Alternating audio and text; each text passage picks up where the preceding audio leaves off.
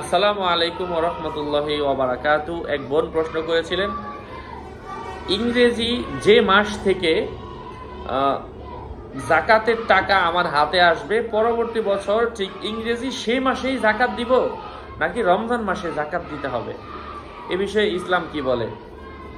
এ বিষয়ে ইসলাম, কোরআন, হাদিস, ওলি আউলিয়া সকল দিক যদি আমরা বিবেচনা করি, কোরআন এবং হাদিস খুলি, আমাদের কাছে স্পষ্ট হয়ে যায়, সুস্পষ্ট হয়ে যায়, যে মাস থেকে আপনি ইংরেজি মাস ধরেন, বাংলা ধরেন, আরবি ধরেন, আর যে মাসই ধরেন না কেন, যেই মাস থেকে আপনার হাতে আপনি টাকার মালিক হয়েছেন, যেই মাস থেকে আপনি যখন থেকে আপনার কাছে টাকা আছে, ঠিক ওই বছর পরবর্তী বছর এই টাইমেই আপনাকে যাকাতটা দিতে হবে।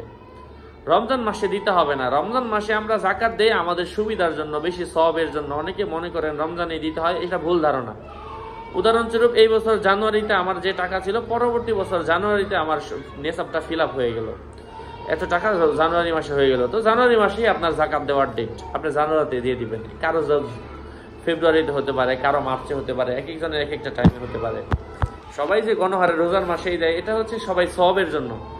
আল্লাহ পাক আমাদেরকে বোঝার তৌফিক দান করেন। আরো আপডেট পেতে সাথেই থাকবেন, সুস্থ থাকবেন, ভালো থাকবেন। আসসালামু আলাইকুম ওয়া রাহমাতুল্লাহি ওয়া বারাকাতুহু।